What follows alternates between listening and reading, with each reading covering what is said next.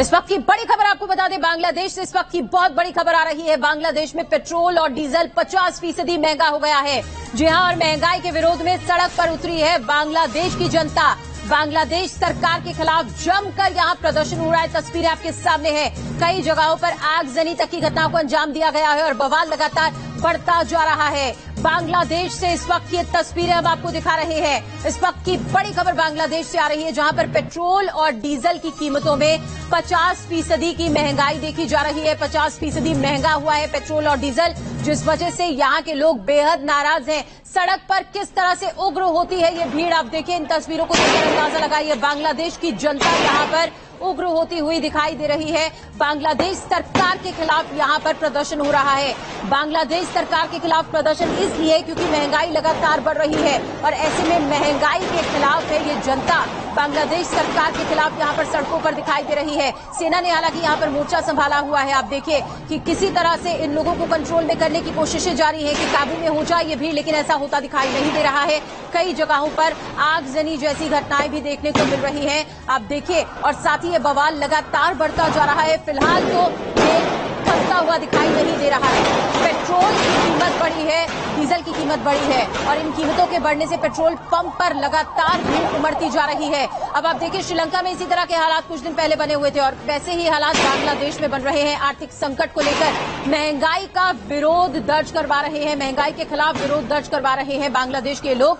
सरकार के खिलाफ उग्र होती जा रही है ये भीड़ लगातार। बांग्लादेश में पेट्रोल और डीजल की कीमत में जो इजाफा हुआ है 50% का, उसके खिलाफ है ये लोग। 130 रुपए प्रति लीटर पेट्रोल है और 114 रुपए प्रति लीटर डीजल की कीमत वहां पर हो गई है, जिसकी वजह से लोग यहां पर उग्र हो गए हैं। उनका कहना है कि ऐसी महंगाई में हम जी नहीं सकते हैं और ऐसे में सड़कों पर उतर आए हैं। आर्थिक संकट की यहां पर स्थिति देखने को मिल रही है। तो आप देखिए, श्रीलंका के बाद अब बांग्लादेश की इसी तरह की तस्वीर निकलकर सामने आई है।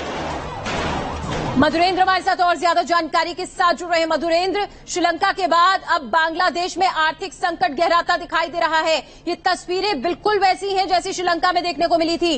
भीड़ यहां पर उग्र होती जा रही है। सरकार के खिलाफ प्रदर्शन है, बढ़ती महंगाई के खिलाफ प्रदर्शन है। देखिए, बिल्कुल महंगाई की मार लगातार बांग्लादेश में बढ़ती जा रही है। पिछले 6 महीने में देखें तो वहां की जो वाइल कंपनी है, खासतौर से बांग्लादेश पेट्रोलियम कॉर्पोरेशन, उसको लगभग 8 अरब टका का नुकसान हुआ। और उसके बाद हमने देखा है कि किस तरह से वहां पर अचानक ही जो कीमतों में बढ़ोतरी की गई है वो लगभग 51.7% है। तो इस इजाफे से एक तरह से देखिए तो बांग्लादेश में हाहाकार मचा हुआ है, क्योंकि इसकी मार हर आम आदमी की जो एसेंशियल कमोडिटीज है उस पर पड़ती हुई दिखाई दे रही है।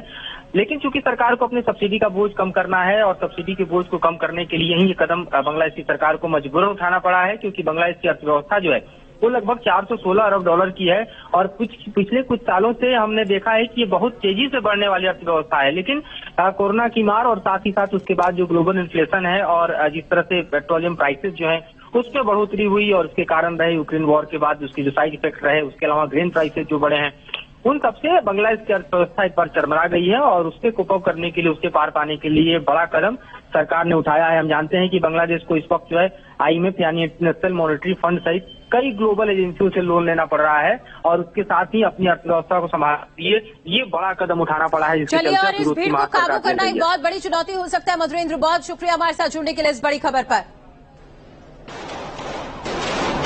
आपको बताना चाहेंगे कि बांग्लादेश और चीन के बीच में 4 बड़े समझौते हुए हैं। हालांकि जहां जहां चीन गया है वो देश आर्थिक तंगी से जूझ रहा है। बात चाहे बांग्लादेश की हो या फिर श्रीलंका की, जिस भी देश में चीन ने कदम रखे हैं उस देश पर महंगाई की मार किस तरह पड़ी है वो सबके सामने है।